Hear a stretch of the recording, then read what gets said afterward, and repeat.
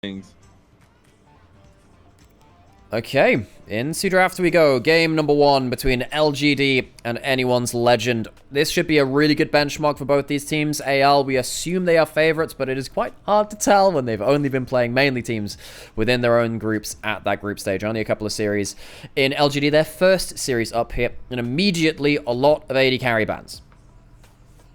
I think rightfully so. We saw what Tristana was able to do last game.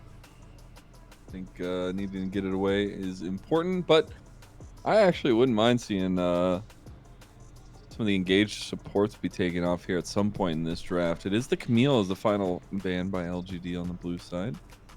I mean, what this final walkaway is going to be for AL. I mean, Corki is still available. The thing is, I think AL, of all the teams in LPL, very happy to let someone first pick a Corki away from them and pick Yone into it because Shanks is a monster as that champion. They don't care about the mid lane matchup as much. They ban away the Tristana, I understand that, and Hydra has been fantastic at that pick. There's some big questions now about what do you want to do with that mid lane matchup. Are you just going to allow that Yone to go through? Imagine it'll just be picked up for free. But there's also stuff like the LeBlanc available for high cham. You can always go towards that. It really does depend on what they're going towards. Okay, going towards the champion which started off the 20-minute Baron Rush was, of course, Zyra, and it was Meteor which showed us how to do that. So they locked that in first pick. If it ain't broke, don't fix it. You get a lot of strength in the setups. But I think, for me, every time I want to see Zyra, I need to see a lot of additions that go well with her. Either trying to get like team fight set up around what the String of Thorn brings, or control around objectives. That's a good point, the Yone is just going to be outright locked in, though.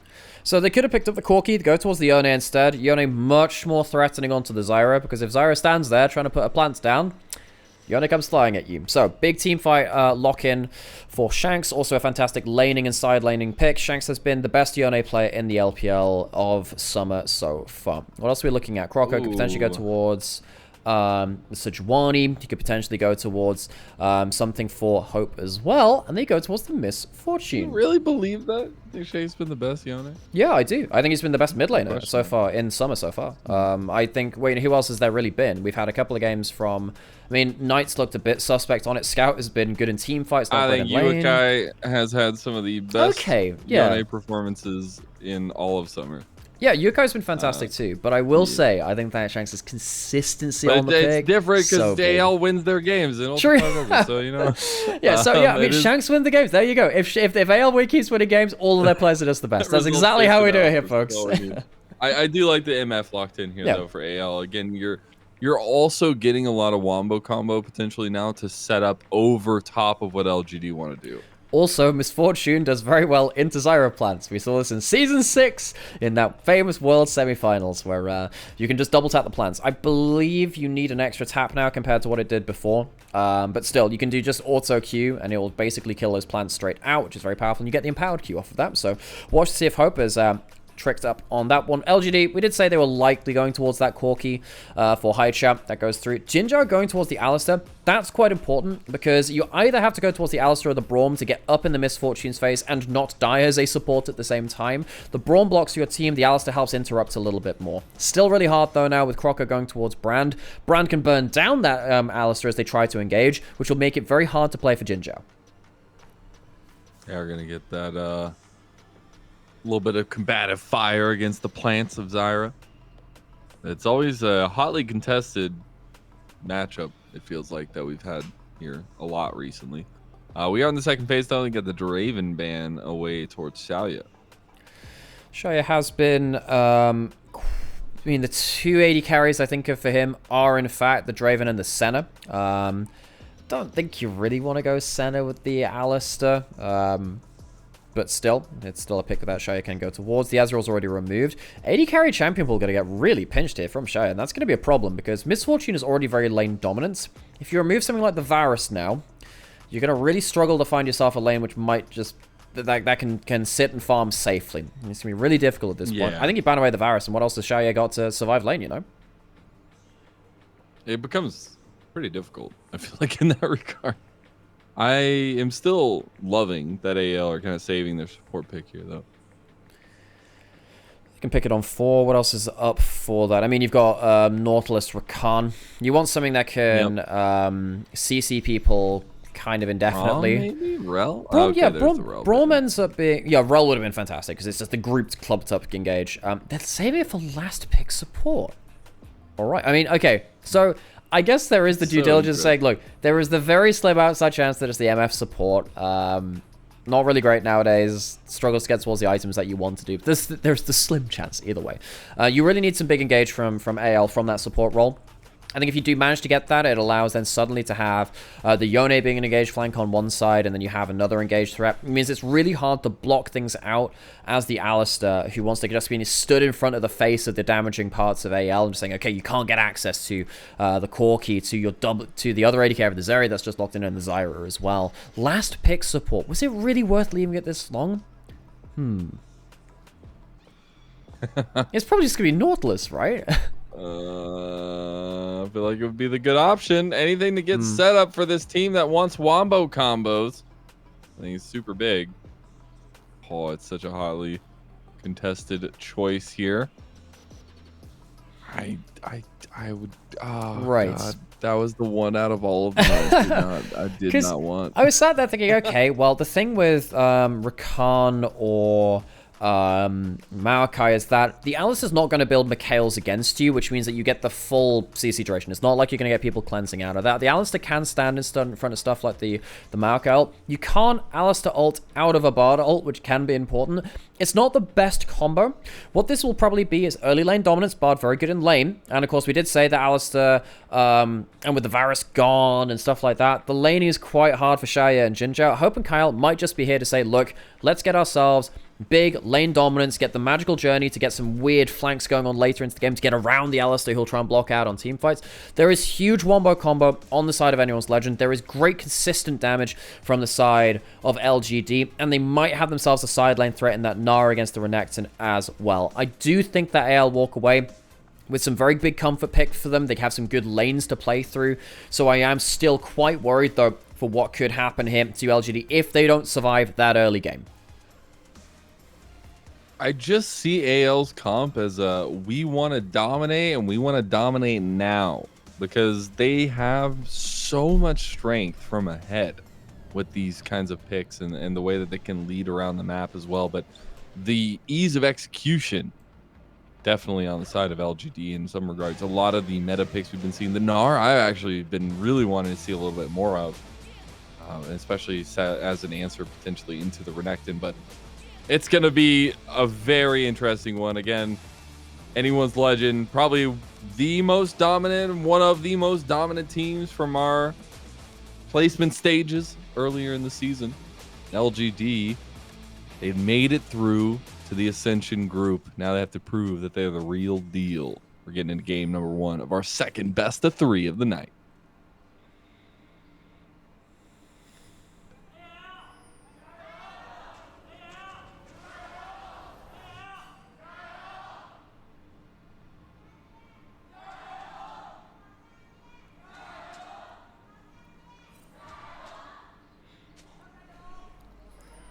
Crowd's alive today. It's good to hear. AL, of course, LGD have such a big fan base from years ago. They were always a bigger Dota team. They were a League of Legends. But they have had themselves a decent track record here within the LPL over a great many years as well. I hope this is a start of a new era for LGD. I like this roster. I like how clutch they are around some big playmakers. They do still have... They are a flawed team still. I'm not going to say they are without flaws, but I do enjoy the way they play. Haichao, he's going to get bops at level 1. That's not a great start. Already started the queue. It's not great. That's for sure. The lane phase is going to be a lot more interesting now, I feel like. Especially against the Yone, who usually is getting pressured out early because of the health trades he has to take. AL... Not too bad to get back in the lane. Okay. Yeah. I thought they were going to be pressured a little bit more by LGD. I like the crowd mics being really loud for the Gyos. The problem is afterwards that you start hearing the casters echo throughout the stadium. You're like, okay, that's really kind of unfortunate at this point. But hey, whatever. Get to hear them as well. Lots of love out to the Chinese casters. It was really fun getting to meet some of them out in Xi'an for the summer finals last year. Met Teddy and I met a couple of the others as well. It was a good time. Also, some of the just like legendary players. Like the fact that I got to shake 957's hand, I'm just like, what? Yeah. the young League of Legends Yeah. watcher in me would be astounded. I got a picture with the Shy, as did Hysterics, who's been a big fan of that play. Well, unless you're on so many players, so many people are big fans of it. But it meant a lot to Hysterics when he was out there, and he got himself his own picture out there. But still, getting into this early game, we said, okay, LGD have to survive through these lanes. Ala bullying lane early, Meteor very quick up to top side. He was spotted out, but I don't think it's going to matter if he can get the combo from Meteor. He will try to wait the grasping roots. And now, no, Ala going for the play. Ala trying to get it. He needs one more auto attack, and he gets it in a 2v1. Ala's trying to get away with the flash now, too, but he will not, as Meteor shuts him down there. But it's an easy pickup for Ala. Cross map on the other side. Croco, what can they do? They're going to try to get the double CC chain here, but they don't end up getting it. Now tanking up is going to be juggled by AL. They're going to go back in for a second helping of the feast. And is it going to be enough? It's beef for dinner, ladies and gentlemen.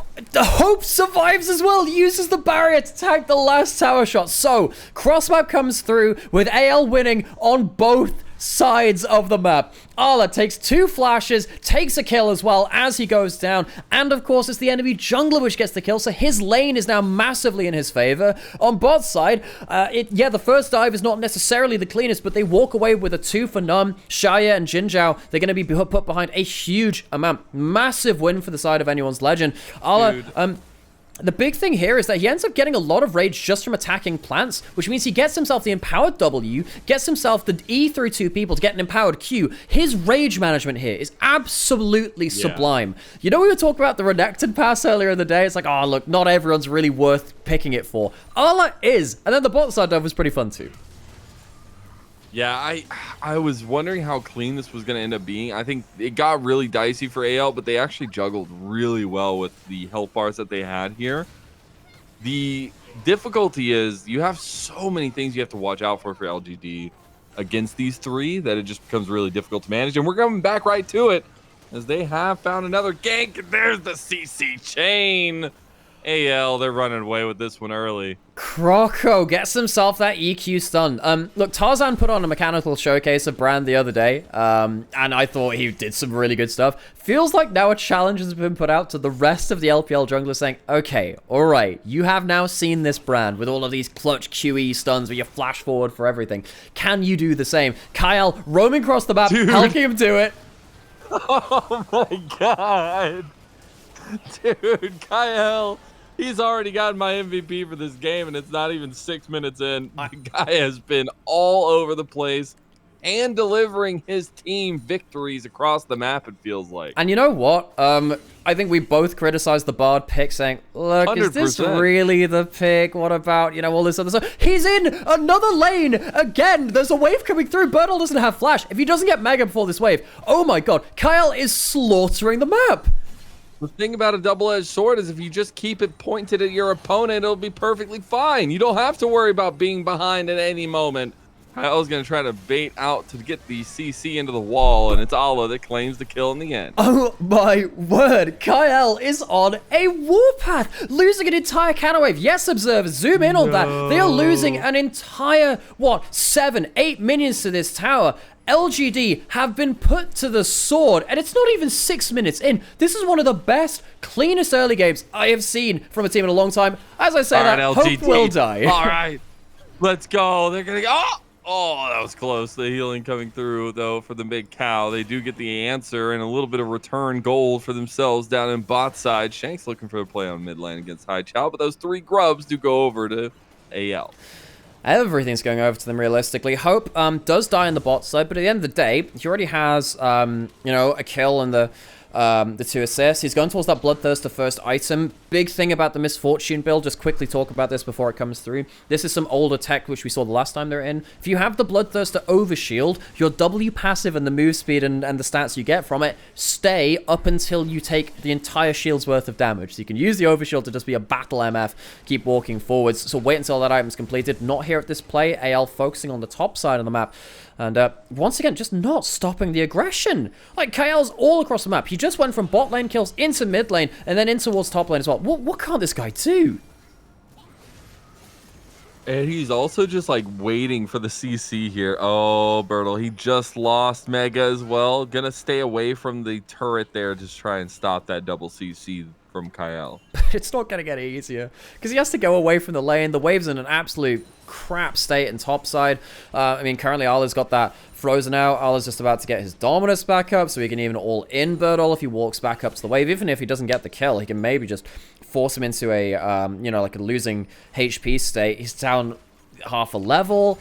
This is a fantastic early game, and this is exactly why when we talk about anyone's legend and where we're saying, look, folks, if you are on the AL hype train, you're on it early. Get in here at the ground floor. Well, we're maybe at like floor 1, floor 2 at this point. They had a fantastic group stage, and some people who were predicting them to be pretty good when Ala came through and Taba came through, we're pretty happy right now. Get on the hype train right now. This team is looking really good. They are indeed. And it's been about picking up the right pieces, it feels like. Obviously, a little bit of a track record of trying to fit in the right pieces. I think Krako and Kyle have been a really, really awesome addition over the length of time they've been here with AL. But Ala, a big shining new piece, feels like, for this team. And honestly, in this one, shining pretty bright. I think particularly with the early game, this is a really good microcosm of what AL should be doing as a roster, which is being a triple lane threat. They can do anything everywhere. You know, they start on bot side, they immediately go towards mid lane, everything everywhere, and indeed all at once. Ala looking for a fight. He's winning out the trade versus the Mega Gnar. You're winning against the Mega Gnar. That's how far ahead he is already. Be careful about the trades on the back though. Berta will have the speed up there. Shanks and Hai Chao been a little bit quiet in mid lane. Shanks already having the 1 kill there, though, but wanting to maybe get a little bit tussling going in their own right. They're getting bored, not having anybody come visit them. Now, Krako did end up taking that dragon over for AL, so they have had full objective control. Yeah, Meteor goes towards top side. Does end up setting up for the next round of grubs, and also just buys Bertle a bit of breathing room because, yeah, Ala is just off of that rage mark. He would have got the empowered W otherwise on that point. Yeah, Meteor just buying a little bit of space to make sure that Ala can't just flash forward for a W and just murder the mini Gnar is quite important for them. Bertle, I don't think this lane is his fault. I think that the early kills going over to Ala with how well he played through his rage was really important. But, you know, Bertle as a player, I think it's worth talking about how he's had to reinvent himself a little bit on this team for LGD. He was the Lethality Aatrox flank carry player in spring. Can't really do that in summer. He had a couple of bad series at the start of group stage. I think he is better at playing frontline now, but now he's so far behind in the matchup. We need to see how far that growth has realistically come. Gonna be a barometer. Kind of keep an eye on. Oh my god. Yeah, he doesn't really get to play the game, does he? Rinse and repeat. Over onto Bertle. He's the tempered fate to make it even worse here. Kyle can't get the CC chain into the wall, but Ala is there to try to make sure he can. Bertle still alive. Finally dies to Krako. The rest of LGD are surrounding, though. They're going to TP and Stranglethorn use. Kyle getting low. Kyle going down. Shanks maybe the one to make the difference, but Ala tries to slice and dice his way over there. And Shanks might foul for it. Okay, he's going to go for the Fate Seal. He really wants Hai Chao. I told you. These mid laners really want some kills. Ala and the rest of AL overextending a little bit in topside do get traded back. By the way, while all this happened, Hope just solo killed Shire in bot side. No big deal. Yeah, no big deal. By the way, AL, I felt like that should have really been an LGD favored fight with a good teleport response, but it doesn't quite work out. Now 5 grubs already on top side. Oh, Shank's going in. Grub-ageddon! Oh no!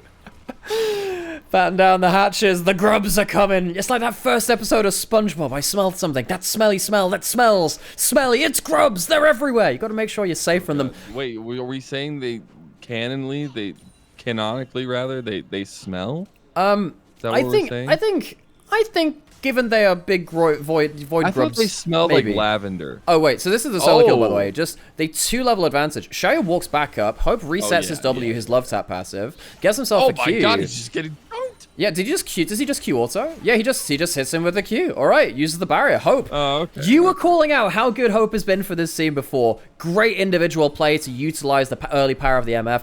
While that's happening, his support, he knows his AD carry is fine. The fact that you're winning lane so hard allows Kyle to just completely roam across the map and just be the dream bard and just go across the map. Yeah, they do end up getting caught on the top side. Jinzhao has a decent CC chain into the Strangleforms, but the fact they only get one from that isn't enough, and the plays just keep coming. Dude. Oh, they have the Tempered Fate. Bullet time over top of it. Hope's going to claim a solo kill over Xiaoya yet again. Jinzhao getting out with the Unbreakable there. But I do want to give a little bit of praise over to Hope. Not only do you maybe know him from his time on JDG, he also spent a little bit of time on WE, where he got to link up with Shanks. And those two were potent as all hell. WE had one of the most incredible starts to their split. Unfortunately, things didn't go too well. But Hope was a mainstay. And I know when he was on JDG, he was talking about working on his shot calling, his leadership potentials. But honestly, he's been working on his carry potentials here. How much gold has he got? Jesus. All of the plates early and first turret bot side with the Grubbageddon. Shanks can 40 jump CS he's gonna up, you know. He sees this happening. He just doesn't care, by the way. He sees Jinzhao. He's like, whatever. Hex Flashing Cow, we can deal with that as it comes to it. I mean, the more I think about it for AL, this is... Oh, no! Guys, stop! Gank stop party! murdering him! Party for one! Oh, no. They're going to come back. Yeah, but he's still just having to go away from the turret. They have Demolish on tower. They have 6 grubs. Like...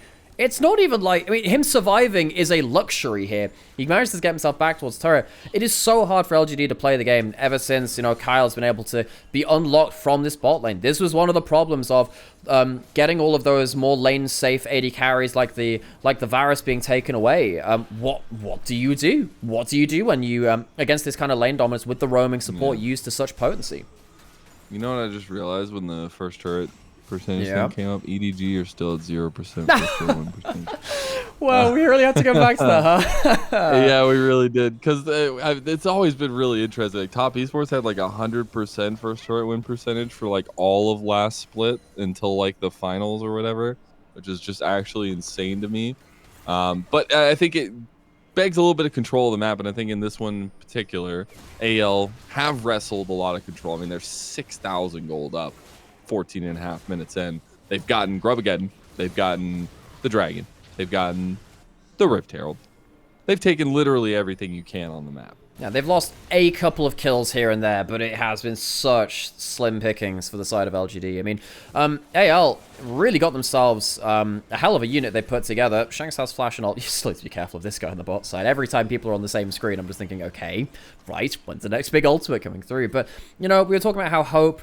maybe someone that's been undervalued in the eyes of the community for a while. He's an LPL champion. This guy's been fought over by LPL teams to be their carry, and he has been so good even on struggling teams. I think Ala's had the same thing. I think Shanks has had the same thing. And now with Croco being a player who's never really been held in that high regard, Kyle maybe a little bit more so. I think AL, I don't think it's wrong to call them a band of the unsung heroes. I think this team, putting all of these pieces together, and then with Tabe, who is very much someone who can utilize the pieces you give him, this team has become a team which I just continue to keep watching. I want to see more of this team. They're such a fun team to see play, and in early games like this, you can see exactly what all of these pieces can do together, and maybe we finally get the split where these players can be more than just unsung heroes and just be a bloody good team. Band of misfit toys, if you will. And they will continue dominating those objectives that we talked about so often already. As they take another dragon, it is an Infernal Soul on the map, so oh my god, you think it gets worse for LGD? Well, that Infernal Soul makes it that much worse. They're going to move in, though. Jinzhao finds the engage over on a Croco. He's going to flash away. Pyroclasm did just get used there as Kyle's trying to follow up there. Nice little passive damage going over from Croco. Some tankiness starting to come online, though, for LGD. Yeah, a little bit, but it's also how many cooldowns do you need to blow for that? Jinzhao doesn't have the ult now. I'm the Hopium merchant, all right? Yeah, there's going to need to be a lot of that. You're going to be in business for a while. Herald put down towards mid lane. 6 grubs, absolutely dead. Can they get a second charge off? Big ult coming through. Oh, Kyle getting low, though. Yeah, Haichao wanted to chase him to get the kills there. Okay, Rifto got denied there. Haichao Finds Shanks over here. They've been going at each other's cancel! throat the whole time. Gets denied in that blast cone, but still makes it to safety. Shanks, not really been at Mikhail, buddy. Oh, Okay. Yeah, he knew All you were right. coming around the corner. Finally punishing Kyle there. He goes over some enemy wards. A little bit too bold. Dang, that was a good run, guys. Like, I made it. This 17 minutes in, just like, running around like crazy. Just peace out. Just vanishes into the distance, and at least LGD gets something through there. Crocker going towards topside. Bertle has flash, but Mini's coming up, and that's going to be a very, very squishy Mini knot. I'm honestly surprised also that Bertle was this far out, though, as Bertle just gets taken down by Ala again. Croco doesn't have the flash, doesn't need it. Bertle doesn't flash away from the Q, ends up dying for it. Oh, Bertle. It is kind of poetic that Bertle, thrown under the bus by his old support from that sandbox team over in LCK, Kyle and Bertle. They were, you know what, they looked pretty okay together at points in that kind of team. But Kyle has just sat there and said, ah, yes. You learned what it is to what it is like to play with me. Now you shall learn what it is like to play against me. As he's completely dumpstered on his lane time after time.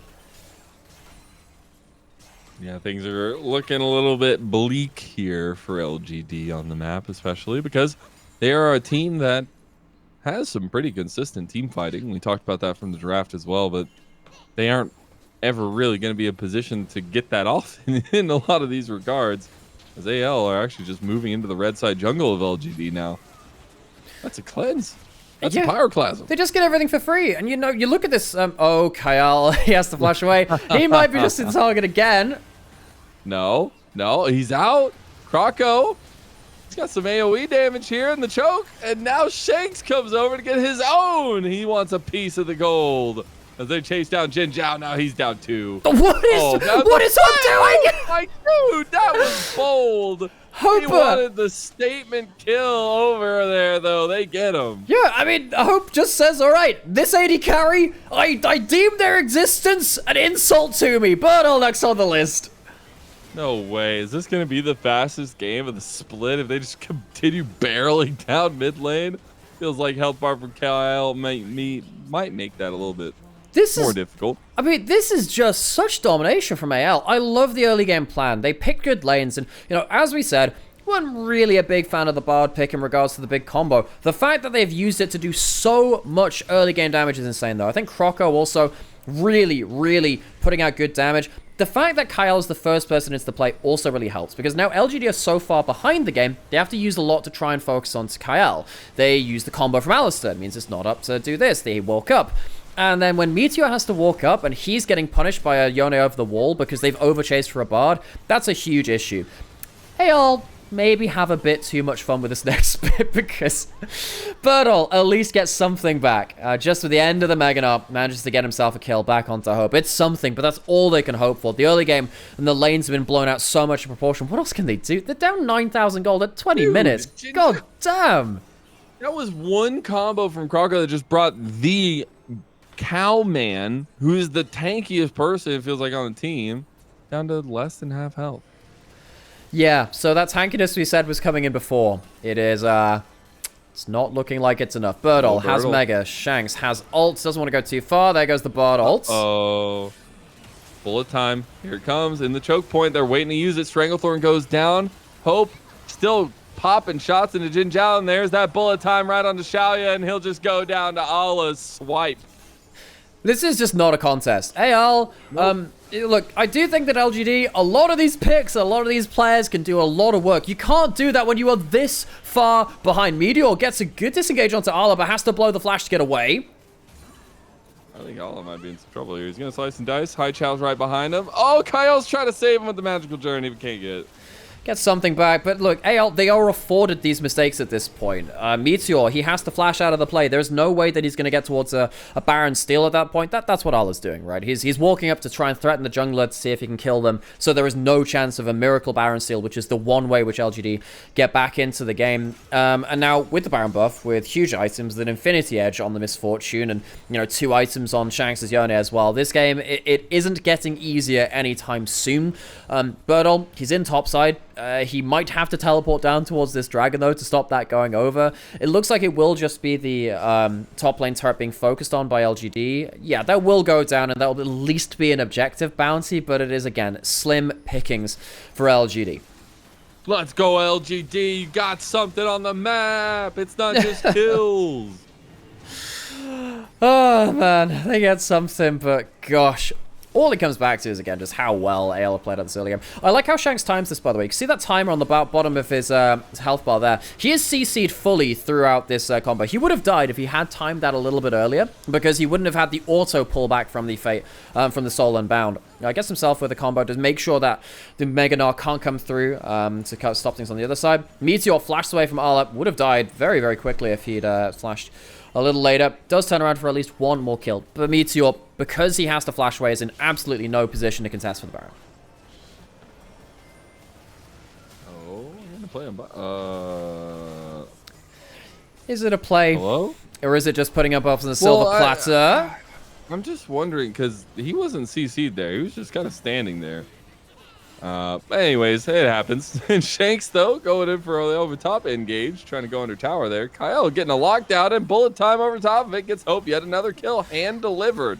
You can escape one of the engaged tools, but can you escape all of them? Steps out of the Yone ult, can't escape Hope. Hope on the Misfortune has been so good. Has the rapid fire cannon now as well. If he gets a Q onto someone with a rapid fire cannon, that is going to do unspeakable amounts of damage. While all this is happening, Arla goes back. Arla has a propane Hydra, by the way. He's cooking on hydrocarbons now. He's got himself the lethality version. He's going for full damage. Hank kill. You like those propane-based accessories, whatever they are? I love it because you're like so close to the reference, but you're just like you're right a little bit there. It's like that parallel universe we were talking about. Yeah, it's we have international cable here all the same. But yeah, he just says, right, I'm killing people. How about I kill them faster? Who gives a damn about Sterex? I want the full Hydra. It's actually kind of insane. And as expected, the resets are going to come through. Potentially for Haichao to try to get something. He's almost on 3 items. I think Corki and Xiaoya will be very happy to be on 3 items, but I don't think it's gonna matter, unfortunately. That was my thoughts as well. Arla, he doesn't have flash, which no, don't walk into him. No. He just popped his Dominus. Oh, I thought he thought that maybe he was trying to see whether Birdo would go into the Triburst itself. Arla, he knows he doesn't have flash. He still can't go that far. He is, at the end of the day, still a Renekton. If you don't have flash and you use your E going forwards, you need to kill everyone before everyone goes out. So he has wasted the Dominus. LGD, they don't see him waste the Dominus, at least. So he will at least not have the enemy team running at him, knowing he doesn't have the extra HP and Rage. Dude, name LCK supports and Bard in a more iconic duo. Yeah. Because I think it's something a conversation kind of continuously bring up for AL is Krako and Kyle. I mean, they've cooked since they came over to AL. And I think last split we were seeing a lot of very interesting drafts from AL. And a lot of that was centered around the flexibility they were bringing to the roster. So it's really cool to see them kind of solidify their playstyle a little bit, still use some of that flexibility, but also be able to execute on it super strongly. Yeah, no, Kroko and Kyle were using the Rel flex pick back then. Of course, Rel's no longer a flex, only in support, kind of killed off in the jungle now, which I find it a little sad because it was quite fun. Rumble support? Yeah, there was the Rumble as well. Kroko is also one of the few people that plays Rumble jungle right now. I mean, just really cool to see. FGX were the main Rumble support players, but yeah, I mean, AL, they did everything. They're still flexible. They showed, given the fact that Fearless Draft was in group stage and Rumble was like huge first pick priority, the fact that AL took that first pick and said, we're not going to put it in his primary role, we're going to flex it to like jungle. That shows you the mentality of this team. And that's why I'm excited about them. And or rather, another reason I'm excited about them. They are not just good laning teams with good teleports. They also have the flexibility. They are the very strong package right now. They go and retreat away from this defensive teleport. Jin Zhao chunked out again. Shanks is pushing bot lane. He has almost 3 items down. Haichao might just die. Ala, that's the hydrocarbons cooking. It definitely is. And they're actually trying to push down that top side into the inhib turret. They're going to collapse back over onto the dragon. This will be Infernal Soul for AL, so Easy does it, and honestly, another nail to the crucifix of LGD in this game number 1. They have themselves a Fertile Soul coming up too. So by the way, if you thought that the damage coming in from any of these members wasn't enough, they're going to have more. Al is about to, he has his flash up. In fact, every flash is available from AL. This is terrifying for LGD. You don't have flash on your Corki, flash on everyone on AL, and any single member can assassinate your carries. This is an impossible team fight. I mean, Al's not even here. He's just staying topside right now and just saying, okay, you can go towards the dragon if you want. Goodbye tower. He's already almost taken it. Oh my goodness. Jin Zhao, you're meant to be the tank, but you're just like paper. And AL have gone to a paper mache studio. I don't know if Shalia's into trouble here. Krako's gonna find it. Getting the burn down onto Meteor as well. And the entire time, All is just literally rampaging the base right now. Chow's finally here to answer. He's gonna get engaged on. Slice and dice to Ala, getting to safety. I love how we had the kaiju battle at the Nexus between Meganar and Renekton, and sadly, that's even just a side plot for this movie. It feels like anyone's legend. Just like we said, they are more than just a cool logo now. They are genuinely a contender in the LPL. Here goes Jin Zhao, but feels like it's too little, too late. He's gonna burn down. Oh my god, every time you think his health bar can stick it, but it just can't. At 28 minutes, AL, they'll come out swinging in this series. 1-0 lead in this best of 3. Look at that smile on Hope's face. You'd love to see it. I'd be smiling too, buddy, if I was on that team. Anyone's legend. Again, we cannot stress this enough. If you are less familiar with the LPL, if you are used to our top teams being JDG, BLG, Top Esports, maybe you think about some of the other teams about the place too, NIP, FPX, you need to put Anyone's Legend on your radar. This team looks incredibly good right now. So, folks, I'm Nymaera. I'm joined by Mazel today. There is no official English broadcast for the LPL on Mondays, Tuesdays, and Wednesdays, so we do it instead. So we hope you're enjoying the show here. As well, give us a follow on social media or on whatever streams you particularly choose to as well, because it helps us keep doing what we're doing. We hope you're enjoying the show, and I really enjoyed watching that early game from Anyone's Legend. I love that. We don't see that much Bard in general in the LPL. Like, the fact that it comes out from Kyle here and just slaps LGD for a new one, that's really fun to see. I know, right? That's just, gosh, I expected this second series to be very one-sided. I did not expect it